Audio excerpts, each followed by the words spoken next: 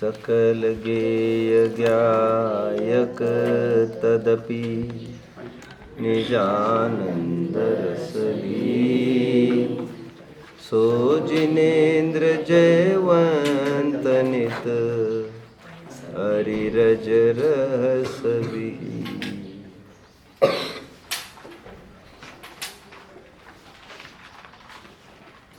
अक्षरस्यापि चैकस्य पदार्धस्य पदस्य वा भवेत् विस्मरण पापी तत्किं धर्मदेशनाम। अक्षरस्यापि चैकस्य पदार्धस्य पदस्य वा, जो एक पद का ज्ञान कराता है अथवा आधे पद का ज्ञान कराता है, अथवा छोड़िए केवल एक अक्षर का भी जो ज्ञान कराता है, ऐसे महंत पुरुष को जो भूल जाता है, भवेत विस्मरण पापी, वो पापी है। तत्किं धर्म देशना, तो फिर जिसने धर्म देशना आपको दी है और उसको यदि आप भूल जाते हो तो आप सरीके पापी जीव देखने में भी नहीं मिलेंगे। जब लौकिक शिक्षा देने वालों का भी इतना आदर सम्मान है, ये तो लोकोत्तर विद्या है, बहुतारिणी विद्या है। इस न्याय से नहीं कृतम उपकारम साधवो विस्मरणति, सज्जन पुरुष अपने ऊपर किए हुए उपकार को कभी नहीं भूलते हैं। ऐसा जानकर हमें निरंतर मार्ग प्रदाता भगवान की महिमा आती रहती है, और इसीलिए हम भगवान से साझा करते हैं हमारी समस्याओं को, और समस्याओं का समाधान भी हम उनसे पा जाते हैं। जैसा मैंने कहा है, उनको समाधान देने के तौर तरीके उनके अलग हैं। उनकी तो बॉडी लैंग्वेज है और उनका जीवन है, जो हम ग्रंथों में पढ़ते हैं, कैसे गुणों की प्राप्ति हुई है, कैसे किया है। भक्त आया है, दौलत राम जी की ये बहुत सुंदर मधुर आध्यात्मिक स्तुति है। देखिए भक्त क्या कहता है। 12वें छंद तक हम विषय वस्तु देख चुके थे। 13वें छंद की बात करते हैं। तातय अब ऐसी करहु नाथ, बिछुरे न कभी तुव चरण साथ, तुम गुण गण नहीं छेव देव, जगतारण को तुव बिरद एव। हे भगवान, समस्त समस्याओं का हल और समाधान जानकर मैं आपके पास आया हूं। ऊपर जिक्र किया गया था, तुम शासन से अमे जीव, शिव गए जाय और जय है सदीव। आपकी देशना को सुनकर ही जीव मुक्त होते आ रहे हैं, हो रहे, होते रहेंगे। और मैं भी दुखी हूं, इसलिए तातई अब ऐसी करो नाथ, और ऐसा कुछ करो, इसके लिए ऐसा कुछ करो भगवान, बिछुरे न कभी तुव चरण साथ। ऐसा कुछ करो जिससे आपका साथ बिछुड़ न पाए। अभी भगवान तो कुछ नहीं करेंगे इसमें, लेकिन हमारे ये प्रशस्त परिणाम है, शुभ परिणाम है, वो देव शास्त्र गुरु का समागम बनाए रखता है। और देव शास्त्र गुरु का समागम बने रहने से आत्म कल्याण के अवसर बढ़ते रहते हैं। इसीलिए भगवान का साथ हम बोलते भी है, जब लोन क्या है वो, नहीं वो दूसरा है। अब शांति पाठ में कहते हैं जब तक मुक्ति न होगी तब तक भगवान मुझे सत्संग, शुद्धाचरण, आपका समागम, ये सब मिलता है। हम कहते ना ऐसा। तो जब तक अपने आत्मा की प्राप्ति नहीं होती है तब तक आत्मा को दिखाने वाले प्रेरक पुरुष की प्राप्ति निरंतर होती रहे। ताते अब ऐसी करो नाथ बिछुरे न कभी तुव चरण साथ। आपके चरण, चरण का तात्पर्य, चरण तो एक सिंबल है। चरण के अंतर्गत पूरे भगवान समा जाते हैं। जैसे तब लो लीन रहो प्रभु जब लो पाया न मुक्ति पद मैंने। ये भी एक लाइन, ऐसे तो कई लाइन है। सब सच पूछो तो भक्ति में जगह जगह, अभी पंडित जी ने भी कहा, ये भी एक लाइन है भक्ति में हर जगह। हालांकि मेरा संकेत दूसरी तरफ था, ये दूसरी बात आ गई, तो लेकिन ऐसे कई मिलेंगे कि एक भक्त भक्ता ही है, जब तक निर्वाण की प्राप्ति नहीं होगी ऐसे स्थान की प्राप्ति हो जहाँ पर हमें धर्म मिले, साधन में मिले, आदि आदि। यहाँ तक कहा है ग्रंथों में कि यदि सम्यक तो नहीं मिलता है तो ऐसा चक्रवर्ती पद भी नहीं चाहिए, और यदि सम्यक तो बरकरार रहता है तो हमें नरकवास भी चलेगा। वहां पर नहीं अखरता जैन धर्म बिना दरिद्री भी हो। अब इसके भी कई लाइन है, सच टोपी दरिद्रोपी। अब ये दरिद्रता भी नहीं आखिरती, कुछ भी नहीं आखिरती यदि सम्यक तो हो तो। उसी तर्ज पर यहाँ पर कहा जा रहा है, और कुछ नहीं मांगा गया है यहाँ पर। इसलिए मांग के रूप में यदि कोई भक्त की मांग होगी तो आपका समागम बना है बस। और राजा है, राजा को ये नहीं कहना पड़ता कि मेरा ये काम कर दो, मेरा ये काम कर दो। जब राजा मेरा दोस्त है तो तुम मांग के रूप में इतनी ही तो मांग रखो, क्या कि अपनी दोस्ती बनी रहे। पर सभी काम जो होने हैं वो दोस्ती मात्र से ही हो जाएंगे तुम्हारे। तुम क्या मांगते हो यार? एक चौराहा है बच्चों,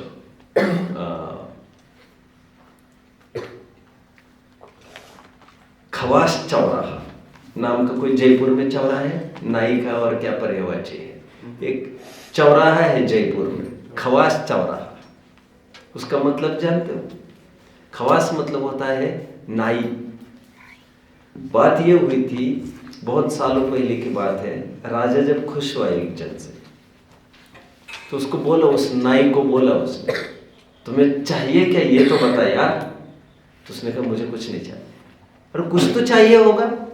कुछ भी नहीं चाहिए यार, इतना गरीब है, बस रहने दो मेरी दरिद्रता, रहने दो मेरी समस्या है, मुझे आपसे कुछ नहीं चाहिए, बस एक काम करना। क्या करना? सच्ची घटना है कहते हैं। जब आप ताम झाम से निकलते हो रास्ते से, आपके रथ पर निकलते हो तो राजा तो अकेले निकलता है। आप जब इस चौराहे से गुजरोगे तो इस पॉइंट पर मैं वही खड़ा रहूंगा भीड़ में, आप मुझे बुलाकर अपने पास बिठा लेना आधे मिनट के लिए, अरे 5 सेकंड के लिए बस। अभी क्या होगा बच्चों?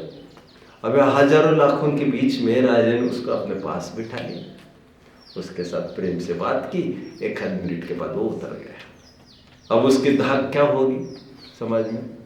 सभी जन उसको दबेंगे कि नहीं? उस चौराहे का नाम खवास चौराहा हो। मतलब मांगने के नाम पर हम तुमसे क्या मांगेंगे, और तुम्हारा संग हमें प्राप्त होने पर ये चीजें तो वैसे ही मिल जाएगी। लोग में कहते नहीं इसके साथ रहता है तो लोग उसके बराबरी का उसको मानने लगता है। ऐसा होता है कि नहीं बच्चों? मान के चलो, मैं यश का नाम बार बार लेता हूँ प्रवचन में। अभी जो धर्म की प्रधानता जिसमें है वो मुझे वैसे ही नेचुरली अच्छा लगता है। मान के चलो कोई बच्चा बार बार मुझे शंका समाधान करने आता है और मेरा उनके साथ बहुत क्लोजनेस हो गया, तो उस बच्चे के अपने आप पकड़ हो जाएगी कि नहीं आपके बीच में? सब लोग सोचेंगे यार पंडित जी भी इसे चाहते हैं। ऐसा होता है कि नहीं? एक नेचुरली होता है ऐसा, और सर्वत्र ऐसा होता है। बहुत सारी बातें हैं। एक राजा युद्ध के लिए जा रहा था, रानियां तो कई थी उसकी, तो उसने सबके पास मैसेज भेज दिया कि अभी युद्ध से लौट कर आने के लिए बहुत टाइम लगेगा मुझे, तो अब एक काम करना, मैं कितने महीनों के बाद लौटूंगा कह नहीं सकते, अब जो जो चाहिए वो सब फरमाइश लिख लीजिए आप इसमें, आते समय सब आपका जो जो चाहिए आपको चीज़ वो आपको मिल जाएगी। राजा है वो। अब वो राजा लड़ाई के लिए चला गया, 2-5 महीने बीत गए। जब उसको पता चला हमें घर पर लौटना है, तो मंत्री ने आकर याद दिलाया कि राजन, वो जाते समय बहुत सारा आपकी जो रानियाँ हैं उनकी तरह तरह की शॉपिंग करनी है, वो सब काफ़ी सारी लिस्ट्स दी उन्होंने, क्या क्या कर दो बोले। अभी कह रहे तो ये लिस्ट है, इस लिस्ट में लिखा है 10 साड़ी लाना, ये लाना, 10 जूते लाना, 2-5 गाड़ियाँ लाना, तो भैया कर लो परचेस, ये कर लो। राजा काय के लिए मार मारेगा। लेकिन एक चिट्ठी उसमें ऐसी है जिसका सुलझाव ही नहीं हो पाया। तो राजा ने कहा है क्या इसमें ऐसा? देखा तो कुछ समझ में नहीं आया। तो चिट्ठी खोली तो उसमें लिखा था मुझे कुछ नहीं चाहिए, कुछ नहीं चाहिए इतना भी नहीं लिखा था, आप। क्या लिखा था? आप मतलब कौन? पति, राजा। अब सैकड़ों पत्नियों की सब शॉपिंग हो गई। अब जब घर पर लौट कर आए, सबके अपने अपने स्थान पर, सबने अपने कक्ष पर जो जो चीजें थी, गाड़ियां लोड होने लग गए, वहां पर जो जो चीजें चाहिए थी सबको। राजा सबको सभी चीजें लाएगा कि नहीं लाएगा? अरे अच्छा, उस पत्नी, उस रानी ने जो केवल आप कहा था, उसके साथ वो कैसा व्यवहार करेगा? आपको क्या लग रहा है? उसके साथ, उसके लिए कुछ लाएगा कि नहीं लाएगा? आपका क्या कहना है? लाएगा कि नहीं लाएगा? और सबसे पहले किसको मिलेगा वो जाकर? सबसे पहले उसी रानी को मिलेगा, और उसको भी भर भर के इनामें मिलेंगे। अरे यार, इनामें तो तुम्हें वैसे ही मिलने वाली थी, तुमने इनामें मांग कर, केवल इनामें ही मिलेगी, और इनाम नहीं मांगकर इनाम देने वाले को आप पकड़ोगे तो आपको इनामें तो फ्री में मिल जाएगी। जो दहेज मांगता है, दहेज की मुख्यता से शादी करता है, कितना देंगे आप? कितना देंगे? लड़की देख लेंगे बाद में, कितना देंगे, कितना देंगे? उसे दहेज मिलेगा क्या? आगे की बात बोलो जरा। कोई लड़की भी कोई नहीं देगा उसको। और जो ये कहेगा मुझे कोई दहेज नहीं चाहिए, कुछ नहीं चाहिए, मुझे केवल शीलशालीन लड़की चाहिए, अब उसे दहेज मिलेगा कि नहीं मिलेगा? अरे इतना समझदार दामाद मिला है हमें, तो उनको तो भर भर के देना चाहिए। इसी को कहते हैं बिन मांगे मोती मिले, मांगे मिले न भीख। मांगने से तो भीख भी नहीं मिलती, 1 रुपया भी नहीं डालता बहुत जल्दी आदमी। और जो निष्प्रहता दिखाता है उसके झोली में अपने आप सब कुछ आ जाता है। उसी प्रकार भगवान को और क्या मांगना यार, ये तो राजा है। आप तो भगवान को ये मत मांगो गाड़ी बंगला चाहिए। गाड़ी बंगला मांगने से क्या होगा बच्चों? उनसे क्या होगा? जरा खड़े रहेंगे सभी। गाड़ी बंगला मांगने से खड़े रहेंगे।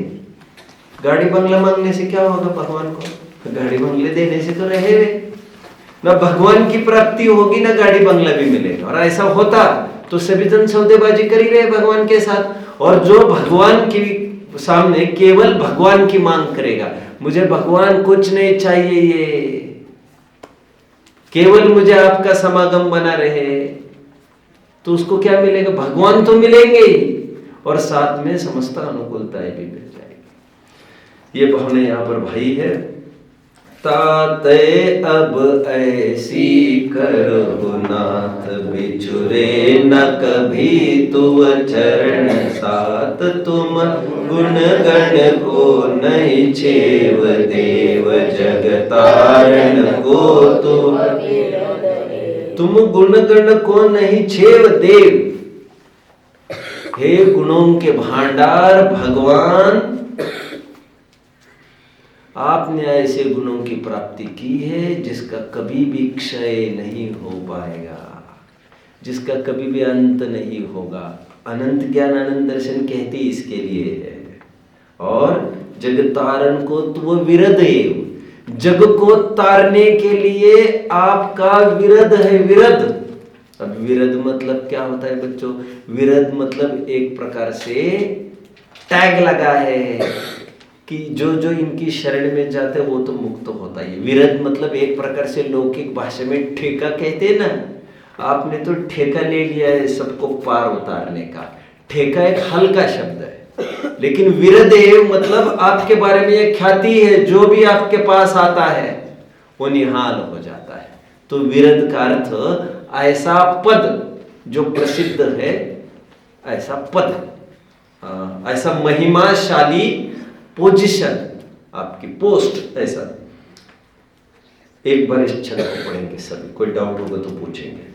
ताते अब ऐसी करहु नाथ, बिछुरे न कभी तुव चरण साथ। तुम गुणगण को नहीं छेव देव, तारण को तुव बिरद देव। कोई डाउट बच्चों? सरल है एकदम। विरद का एक विशेष अर्थ है, मान के चलो, मानो ये आप ऑथराइज्ड डीलर हो, ऐसा कहना है। आगे का छंद। आत्म के अहित विषय कषाय, इनमें मेरी परिणति न जाय। मैं रहूं आप में आप लीन, सो करो हो जो निजाधीन। बहुत सुंदर लाइन है। आत्म के अहित विषय कषाय।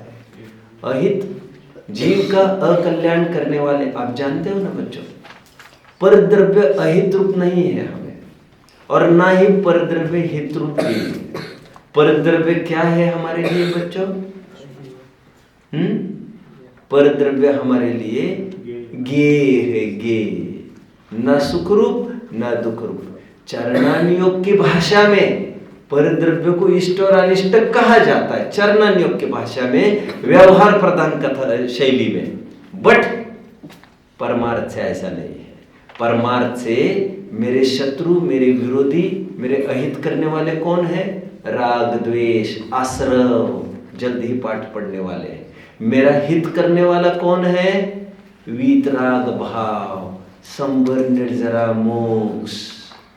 मेरा अहित मेरे से ही होगा, मेरा हित मेरे से ही होगा। मैं ही अपना अच्छा करने वाला, मैं ही अपना बिगाड़ने वाला, मैं ही स्वयं के बल पर आबाद होता हूँ और मैं ही स्वयं के बल पर बर्बाद होता हूँ। बाहर की कोई वस्तु मुझे खड़ा करने में और गिराने में समर्थ नहीं है। आत्म के अहित विषय कषाय, विषय संबंधी जो कषाय है वो मेरे लिए अहित रूप है। विषय को अहित रूप कहा, ये व्यवहार प्रधान कथन, चरण योग शैली। कषाय को अहित रूप कहा, ये परमार्थ कथन। कितने जन समझ रहे हैं? क्योंकि परद्रव्य को अहित रूप बुरा कहना ये व्यवहार का कथन, और परद्रव्य संबंधी अपने अटैचमेंट को दुख रूप कहना ये परमार्थ का कथन। आत्म के अहित विषय कषाय, इनमें मेरी परिणति न जाय। मैं रहूं आप में आप लीन। कितना अध्यात्म। मैं रहूं आप में आप लीन, क्या अर्थ है बच्चों इसका? मैं रहूं आप में आप लीन, इसके दो अर्थ बन सकते हैं। दो अर्थ कोई बताएगा? कोई बताएगा? बोलो। मैं अपने अपने बोलो। इसके दो अर्थ। मैं रहूं आप में आप लीन। प्रभु मैं विषय कषाय से हटकर आप में ही लीन हो जाऊं। और एक आपका अर्थ आत्मा भी होता है, मैं रहूं आप में आप लीन। एक आपका अर्थ आप भगवान, एक आपका अर्थ आप स्वयं। आपका अर्थ आत्मा होता ही है। अप्पा सो परम अप्पा, अप्पा का बनता है आपा, आपा का भी घिसपिट कर बना आप। समझ में आता है बच्चों? मैं रहूं आप में आप लीन, सो करो हो जो निजाधीन। ऐसा कुछ करो भगवान जिससे मैं निजाधीन, अपने अधीन हो जाऊं।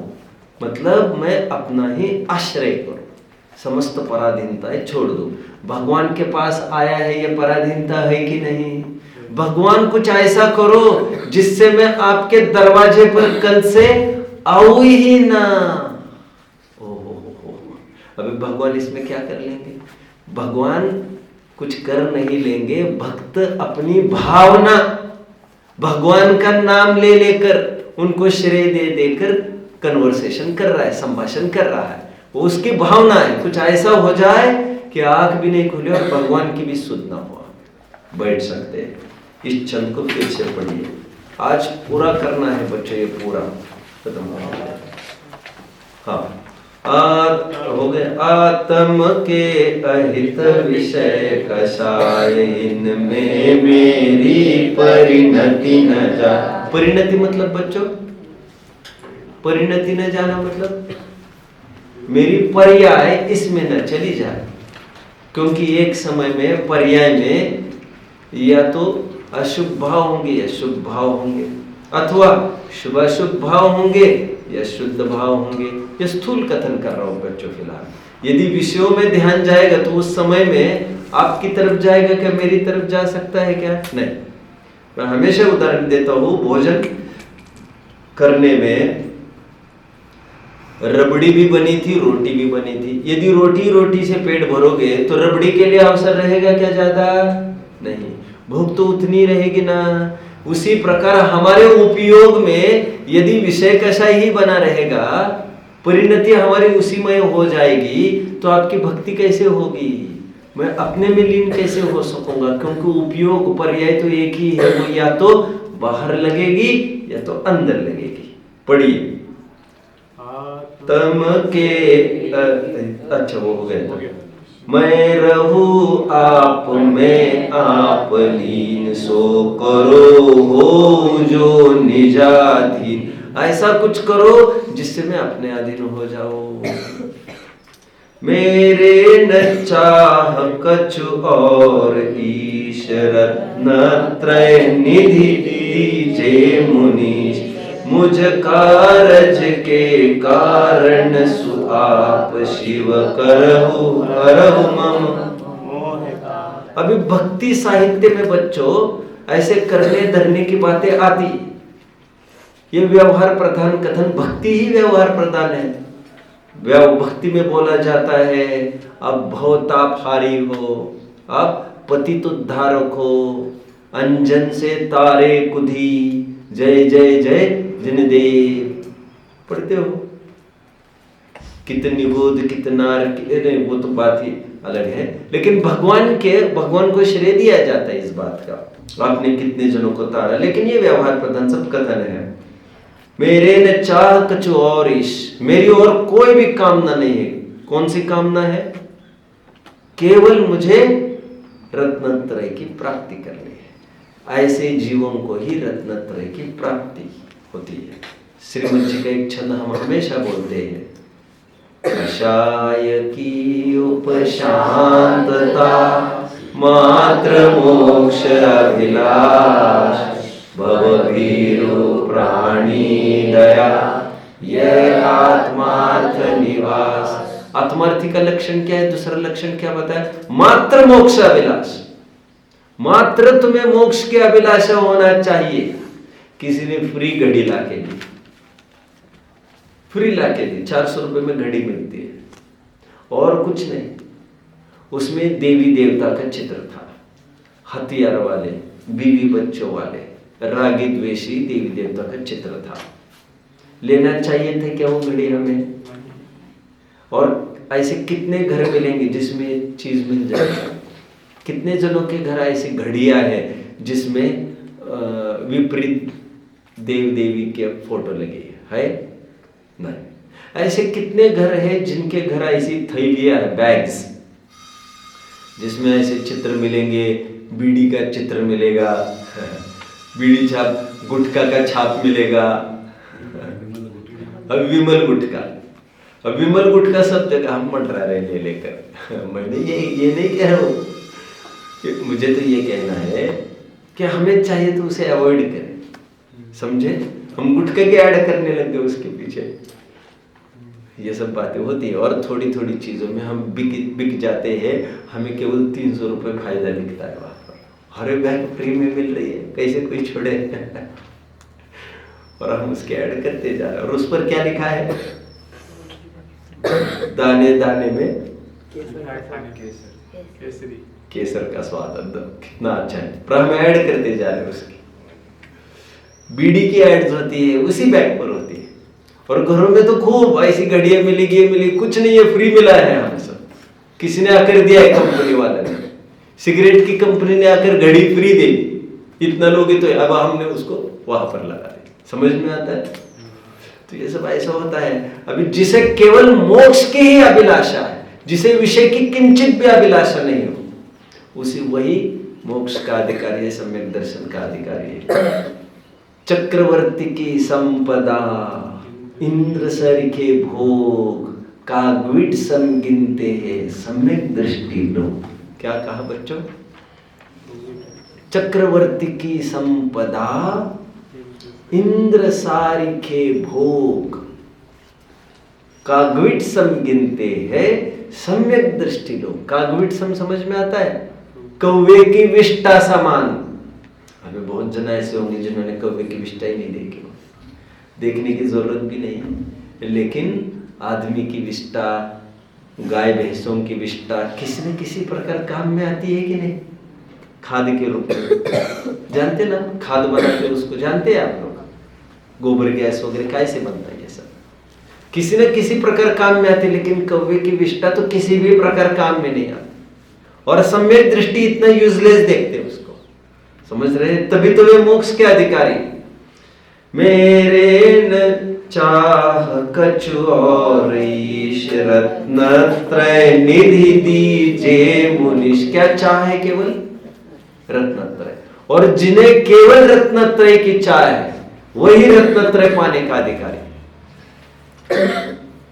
मुझ कारज के कारण सुआप शिव करहु हरहु मम मोहता। क्या मांग की है यहां पर?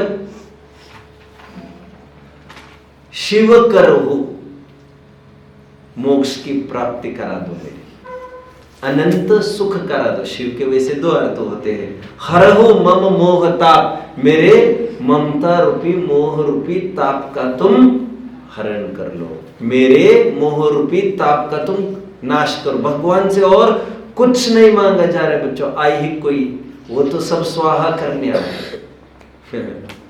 इंद्र नरेंद्रों के वैभव की, बोलिए ना, नहीं पढ़ते आप लोग उसको? इंद्र नरेंद्रों के वैभव की चाह करूं मैं स्वाहा। नहीं पढ़ते आप? कितनी सुंदर भक्ति आपने जिनेन्द्र अर्चना में है ये शायद। आज गाना तो जरा बच्चों इसे। नाथ तुम्हारी पूजा में सब स्वाहा करने आया। नहीं पढ़ते आप? कितनी बार पढ़ी होगी? पढ़ते हैं क्या? कई दफे हो गई? हाँ, अभी नहीं, इस साल कम हुई। हाँ, तो थोड़ा उसको ले लिया जाए, 4-5 बार ले लिया जाए इस हफ्ते में। ये तो रट लो बच्चों इसको। विनाशी बाय जीवन की आज ममता तजी झूठी रहे, चाहे अभी जाए ध्रुव जीवन हमारा है। नहीं है चाह शिव मग की, नहीं परवाह अब जग की। है इसमें वो चैतन्य शायद संतोष वगैरह में। चलिए, मुझ कारज के कारण सुआप। कौन कार्य और कौन कार्य कारण बच्चों? क्या कार्य और क्या कारण है यहाँ पर? मुझ कारज के कारण सुआप। कौन कार्य और कौन कारण है? कौन कार्य और कौन कारण? बोलो। कार्य में वो कारण आप। हाँ? कार्य में वो और कारण आप। स्पेसिफाई करो, कार्य में और क्या? मैं, ये तो ठीक है, ऊपरी बात स्थूल कथन होगा, और मैं मतलब क्या? स्पेसिफाई करो। रत्नत्रय कार्य, मेरा रत्नत्रय कार्य और आप कारण। जैसा कारण वैसा कार्य। मैं रोज ही कह रहा हूं, भगवान भी रत्नत्रय वाले हैं, हम में भी रत्नत्रय की ही प्राप्ति होगी।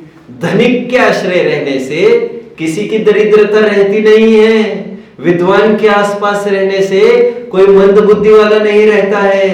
रत्नत्रय वालों के बीच में उठने बैठने से कोई मिथ्यात्वी नहीं रहता है। कारण है भगवान मेरे रत्नत्रय का। इस छंद को फिर से बच्चों, मेरे न चाह कछु और की रत्नत्रय निधि दीजे मुनीश, मुझ कारज के कारण सुआप शिव करहु करहु। सम्यक दृष्टि के 8 गुण होते हैं बच्चों। एक निकांक्षित नाम का गुण है, कांक्षा नहीं करता वो लौकिक वांछा कुछ भी। सम्यक दृष्टि का गुण ही है 8 गुणों में, तो उसके तहत इसलिए वो कह रहे मेरे न चाह कछु और ईश। शशि शांति करण तप हरण हेत, स्वयमेव तथा तुम कुशल देत, पीवत पीयूष जो रोग जाय, त्यो तुम अनुभवते भवनशाय।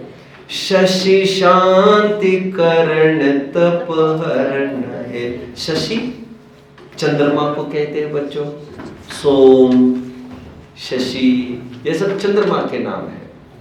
इंदु, ये सब चंद्रमा के नाम। शशि शांति करण, कैसा ये चंद्रमा? शांति प्रदाता है, शीतलता देता है। तप हरण हेत, होता है ना बच्चा ऐसा। इसलिए सूर्यास्त हुई कि गर्मी पहले खत्म होती है, और रात होते ही वो तो ठीक है, सूर्य चला गया तो गर्मी कम होनी चाहिए थी, लेकिन ठंडक कहाँ से हो जाती है?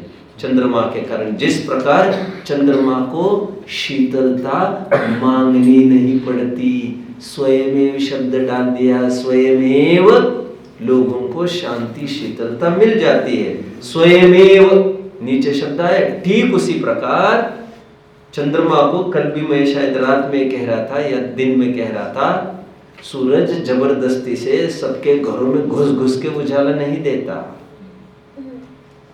जो बाहर आता है उसको उजाले का लाभ होता है, लेकिन आरोप क्या होता है? दिवाकर, भास्कर, आरोप सूरज पर ही वैसा आ जाता है कि ये प्रकाश को देते। ठीक उसी प्रकार चंद्रमा बुद्धिपूर्वक कुछ नहीं देता, लेकिन अपने को मिल जाता है अपने आप, उसको उपचार चंद्रमा पर आता है कि उसने शांति कराई। ठीक उसी प्रकार भगवान कुछ देता लेता नहीं है, लेकिन भगवान के समीप में आने पर हमारे जीवन में सुख शांति मिलती है, तो यह आरोप भगवान पर आ जाता है।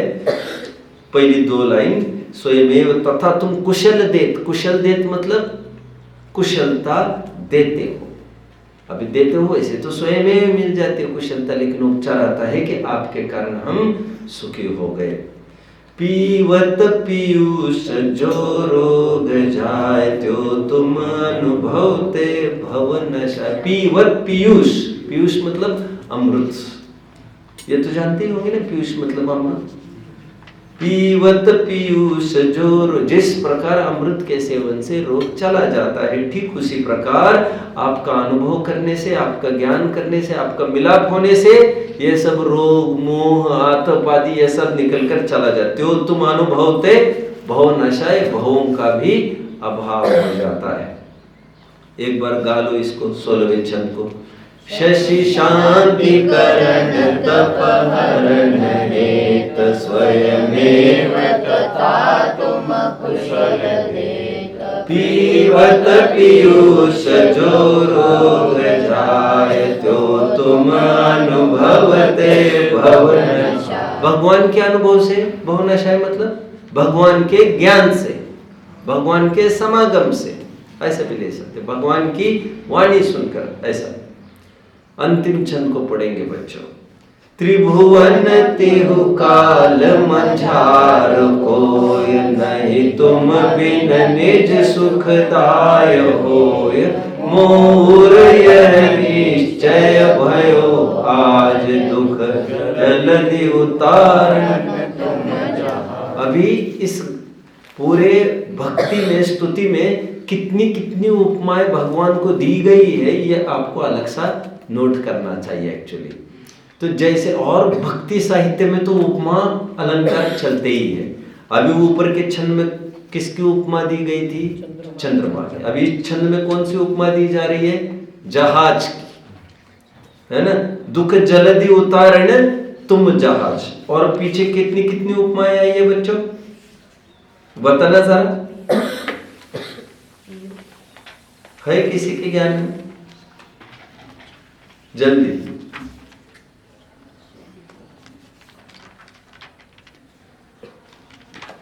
है?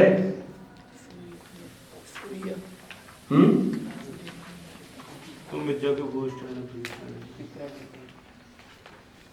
तुम जग भूषण दूषण विमुक्त। अब इसको आप शांति से बैठो, आपको काफी सारे मिल जाएंगे। ठीक है, ठीक है। चलिए, वैसे तो लब्धि रमा धरंत, वैसे उनके आनंद जो केवल लब्धि है उसको रमा की उपमा दी, ऐसे तो बहुत मिलेंगे, उसकी बात नहीं कर रहा हूं। भगवान को किस किस की उपमा दी गई हमारे जीवन में? कभी वैद्य की उपमा दी जाती है और स्वयं को वहां पर रुग्ण की तरह रखा जाता है। रुग्ण क्या करता है वैद्य के पास जाकर बच्चों? समस्या बताकर दवा लेता है। जीवन भर साथ में कौन रहता है? दवा रहती है कि वैद्य रहता है? और दवा एक बार पता चल जाए तो फिर से वैद्य मिले ना मिले जरूरी है क्या? फिर से वो वैद्य को भूल पाता है क्या?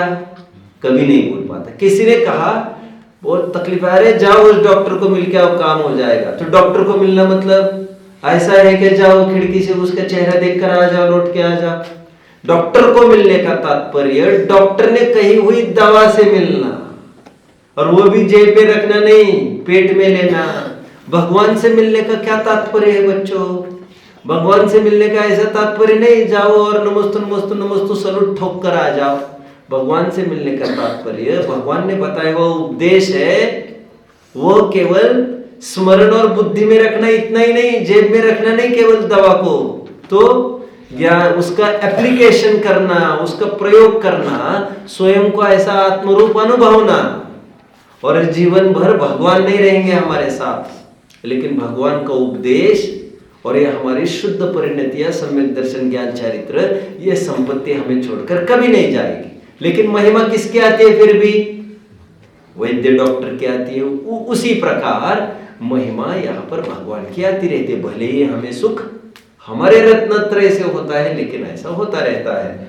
हाँ, क्या कहते हैं अंतिम छंद में? त्रिभुवन तिहु काल मंझार कोय, नहीं तुम बिन निज सुखदाय। भगवान तीनों कालों में और तीन लोक में जितने भी जीव सुखी हो रहे हैं वो आप ही के कारण हो रहे हैं।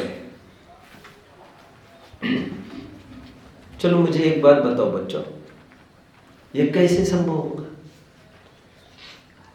देव सुखी हो रहे वो आप ही के कारण, ये कैसे? आप ये कह सकते भगवान को उपदेश सुनते होंगे समूह शरण में जाकर। मनुष्य कैसे कल्याण करते होंगे? समूह शरण में जाकर। तिर्यंच कैसे करते हैं? समूह शरण में जाकर। नारकी कैसे करते होंगे? तो आप ये कहेंगे प्रथम 3 नरकों में जाकर उपदेश दिया जाता है। आप जानते हो ना, पहले 3 पृथ्वियों में, नरक की 7 पृथ्वियों में से प्रथम 3 पृथ्वियों में देवगण ऊपर से नीचे जाकर उपदेश भी देते हैं, जिससे नारकी सम्यक दर्शन को प्राप्त होते हैं।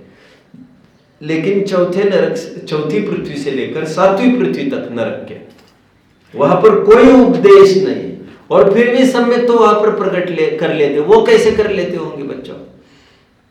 वे कैसे कर लेते होंगे फिर? और फिर इसमें भगवान का क्या आया? तो ये स्थूल कथन किया जा रहा है, मोर ओवर ऐसा देखने में आता है। और वहां पर भी यदि सूक्ष्म रूप से विचार करें तो 4वीं, 5वीं, 6वीं, 7वीं की पृथ्वी के नारकी जो सम्यक दर्शन को अर्जित करते हैं, भले वहां पर देव दर्शन का कोई व्यवस्था नहीं है, भले ही वहां पर जनोपदेश नहीं मिल सकता, लेकिन पूर्व में सुने हुए उपदेश को स्मरण करके वे अपना काम कर सकते हैं। समझ रहे बच्चों? अथवा किसी की वेदना को देखकर उन्हें सम्यक तो हो जाए, तो वहां पर तो देवशास्त्र गुरु का कुछ नहीं आया, लेकिन वहां पर इतना ख्याल में आया कि वीतरागता उपादेय है, उसके बिना सम्यक दर्शन होता ही नहीं। और वीतरागता मतलब भगवान, तो भगवान मिलना उसे कह सकेंगे। त्रिभुवन तिहु काल मंझार कोई, नहीं तुम बिन निज सुखदाय होय। मोर यह निश्चय भयो। आज उर मतलब हृदय, दुख जलधि उतारण तुम जहाज। जलधि समुद्र, दुख रूपी समुद्र को उतारने के लिए आप एक जहाज की तरह, एक नाविक और खेवड़िया की तरह। और ये समुद्र मतलब संसार, उससे तारने के लिए आप समर्थ हो। तुम, अभी दोहा का छंद है अंतिम, इसे पढ़ लेंगे। तुम गुण गण मणि गणपति, गणतन पावै पार। दौल स्वल्प मति किम कहे, नमो त्रियोग संभार। दौलत राम जी को आदत है बच्चों, लगभग जो अपनी भक्तियां करते हैं वे, वो भक्तियों में अंत में अपना नाम लिखते हैं। लगभग सभी कवियों को आदत होती है। 6 डाला आपने पढ़ी होगी, दौल समझ सुन चेत सयाने, यह काल मत खोवे आदि। ऐसा दौल शब्द के नाम पर 2-3 जगह उन्होंने स्वयं संबोधन किया है, क्योंकि दूसरों को समझाना हमारा पेशा नहीं है, हम स्वयं को ही समझा रहे हैं। एक अर्थ ये हो गया बच्चों। दूसरा अर्थ क्या हो गया? दौल का दूसरा अर्थ दौलत। दौलत मतलब संपत्ति। संपत्ति मतलब ज्ञान दर्शनमय हमारी संपत्ति। उस संपत्ति के मालिक कौन? हम। तो दौलत का एक अर्थ, दौल का एक अर्थ मैं।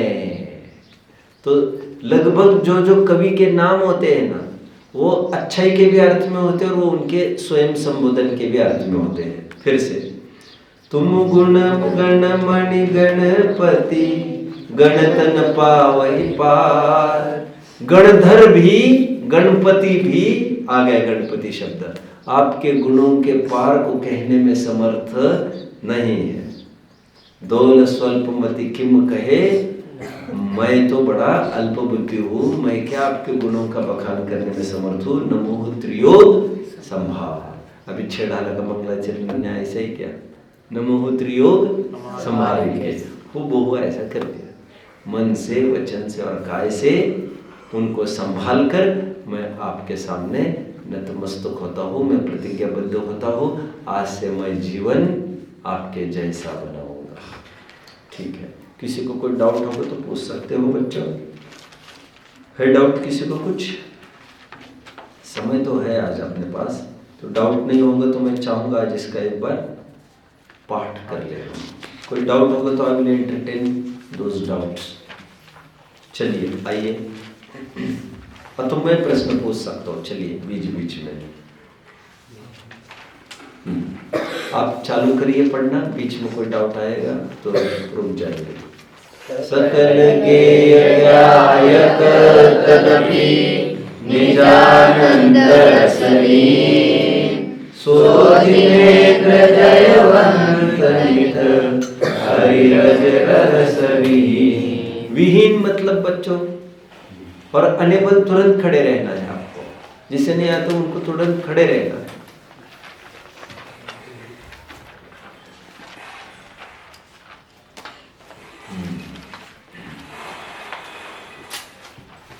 बोलो। रहित। विहीन मतलब रहित। जय वीतराग विज्ञान पूर। पूर क्यों कहा भगवान को? पूर क्यों कहा? पूर क्यों लगाया?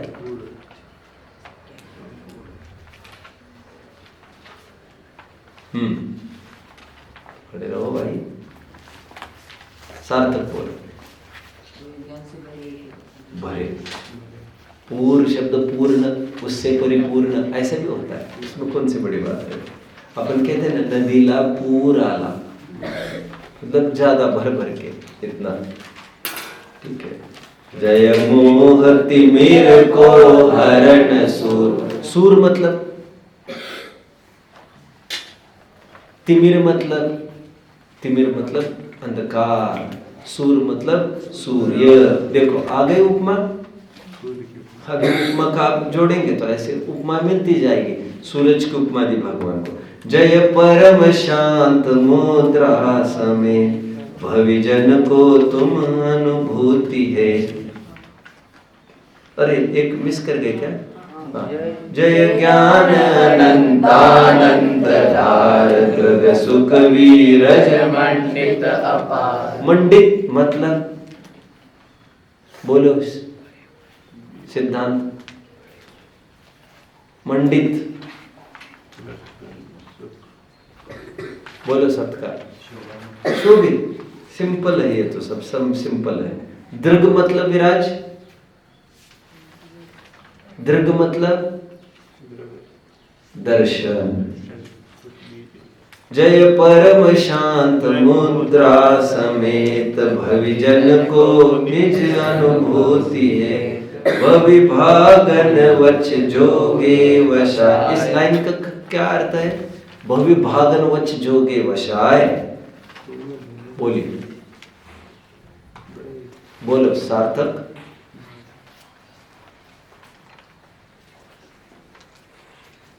विराज। आपके वचनों के सुनकर हमारे मोह रूपी जो विकार भाव जो होते वो चल जाते हैं। नहीं, भविभागन वच जोगे वशाय। बोलो सत्कार। हाँ, वचन योग से वो ठीक नहीं है, लेकिन ठीक है। आपकी दिव्य ध्वनि, इतना तो सही बोला आपने। आपकी दिव्य ध्वनि जो खिरी है वो भाषा वर्गणा शब्द रूप परिणमने की योग्यता, एक वचन योग, और दूसरा भव्यों के भाग्य से ये दिव्य ध्वनि खिलती है। ये दो कारण पता है, भविभागन वच जोगे भाषा, और वचन का योग और भव्यों का भाग्य, इन दोनों के निमित्त से हो गए। तुम ध्वनि भय सुनी विभ्रम नशाय। विभ्रम मतलब कंफ्यूजन, नष्ट होना, धर्म समुद्र, राइट। अविरुद्ध शुद्ध तुम गुण चिंतत निज पर विवेक प्रगटे विगटे तुम जग भूषण दूषण वियुक्त। वियुक्त मतलब वियुक्त, हाँ, रहित। और नीचे युक्त आया है, महिमा युक्त मतलब सहित। ऐसा बैठ जाओ। अविरुद्ध शुद्ध चेतन स्वरूप परमात्मा परम पावन अनूप शुभ अशुभ विभाव स्वाभाविक परिणति मय अछीन। अछीन मतलब बच्चों, यस, अछीन मतलब कभी भी क्षीण नहीं होती, क्षय नहीं होती, अनंत। अष्टादश दोष विमुक्त धीर स्वचतुष्टय में राजत गंभीर मुनिगण धरादि सेवत महंत नव केवल लब्धि रमाधरंत तुम शासन से अमेज। शासन का मतलब बच्चों, शासन का मतलब बोलो, शास्त्र।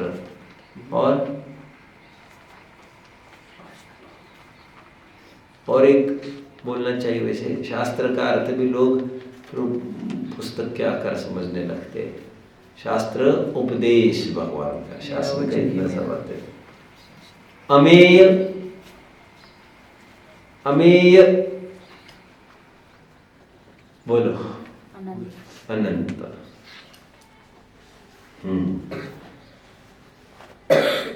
सेय, सेवन करके। शिव गए जाहि जय है सदैव। जाहि, जाहि और जय है।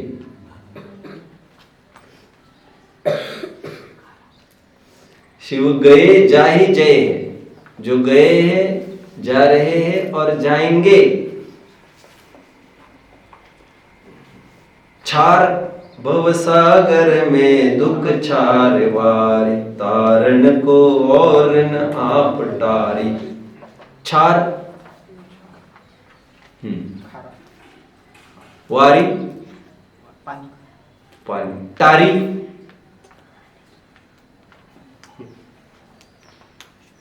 तारण को और न आप टारे। आपके बिना कोई समर्थ नहीं है तारण करने के लिए। यह लखी निज दुख गद हरण काज। लखी देख कर, तुम ही निमित्त कारण इलाज। जाने ताते मैं शरण आए, उचरो निज दुख जो चिर लहाय। चिर चिर बहुत अनंत काल से जो मैंने लहाए, जो प्राप्त किए हैं, ऐसे दुख को मैं यहां पर उचरो कह रहा हूं। आगे, मैं भ्रम्यो अपन को विसरि आप, अपनाए विधि फल पुण्य पाप। निज को पर का करता विचार, पर में अनिष्टता इष्ट ठान। ठान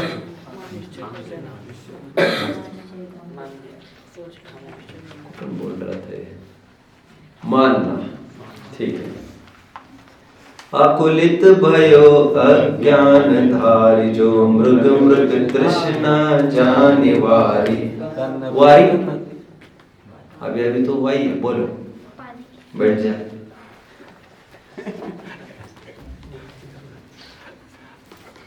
तन परिणति में आपो चितार। क्या मतलब इस पूरी लाइन का? तन परिणति में आपो चितार। अरे शरीर रूपी पर्याय में अपनापन माना।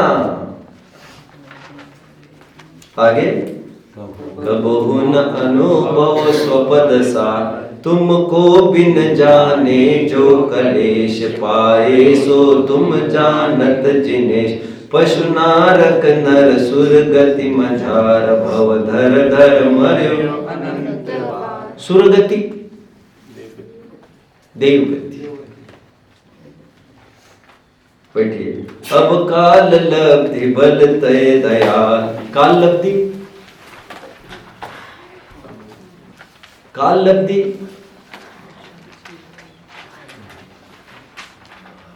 बोलो। समय का जो संपूर्ण सार है वो ज्ञान है। नहीं, बोलो। मैंने सिंपली समझने के लिए आपको भाग्य शब्द कहा था, और बहुत सूक्ष्म आपको समझना है। तो काल लब्धि का अर्थ लेंगे इतना सुंदर अवसर, क्योंकि काल लब्धि कालवाची संज्ञा है। कोई ये सोचेगा, समझेगा नहीं तो कहेगा भाग्य कहाँ से बोल दिया इन्होंने। काल लब्धि मतलब तो टाइम होता है। तो ऐसा कुछ जो नहीं समझते बहुत सारी बातें, तो वो समझ ले कि ऐसा अवसर आ गया, ऐसा समय आ गया आपका मिलने का। अब काल लब्धि बल तय दयाल। दयाल, दयाल तुम दर्शन पाए भयो खुशाल। क्या है? दयाल मतलब कृपा से, काल लब्धि के बलते या कृपा से, भाग्य की कृपा से, ऐसा भाग्य से। इन शॉर्ट, तुम दर्शन पाए भयो खुशा खुशाल, मन शांत भयो मिटी सकल द्वंद्व। द्वंद्व, मन शांत भयो मिटी सकल द्वंद्व। द्वंद्व मतलब सभी द्वंद्व खत्म हो गए, राग द्वेष कंफ्यूजन सब खत्म हो गए। चाख्यो स्वातम रस दुख निकंद, ताते अब ऐसी कर नाथ बिछुरे न कभी तू चरण सा। तुम गुण गण को नहीं छेव देव, जग तारण को तू विरद एव। विरद, विरद खड़े रहिए जो विरोध नहीं बता सकते। हाँ बोलो। एक विशिष्ट पद। ठीक, ठीक है। आत्म के अहित विषय कषाय, इनमें मेरी परिणति न जाए। मैं रहूं आप में आप लीन, सो करो हो जो निजादीन। मेरे न चाह कछु और ईश, रत्नत्रय निधि दीजे मुनीश। भगवान को क्या उपमा उपमा क्या मुनीश का है? मुनीश, मुनियों के भी ईश्वर। मुझ कारज के कारण सु आप शिव करहु हरहु मम मोहताप। शशि शांत, ताप, ताप मतलब क्या लेंगे? तपन, मोह रूपी तपन, ठंडक है। शशि शांति करण तप हरण हेत। शशि चंद्रमा, स्वयमेव तथा तुम कुशल देत, पीवत पीयूष जो रोग जायो तुम अनुभवते। त्रिभुवन तिहु काल मझार कोय, नहीं तुम बिन निज सुखदाय होय। मोर यह निश्चय भयो आज, दुख जल्दि उतारण तुम जहाज। तुम गण मन मणि गुण गण मणि गणपति, वही पार धौल स्वल्पमति किन्ह कहे। स्वल्पमति अत्यंत अल्प बुद्धि वाला हो। किम क्या, संस्कृत भी लिख देगा। क्या कहूँ, नमो त्रियोग संभार, तीनों योगों को संभाल के मैं आपकी भक्ति पूजन करता हूँ, स्तुति करता हूँ। ठीक है, हम लोग बताई यह अनंत उपकार।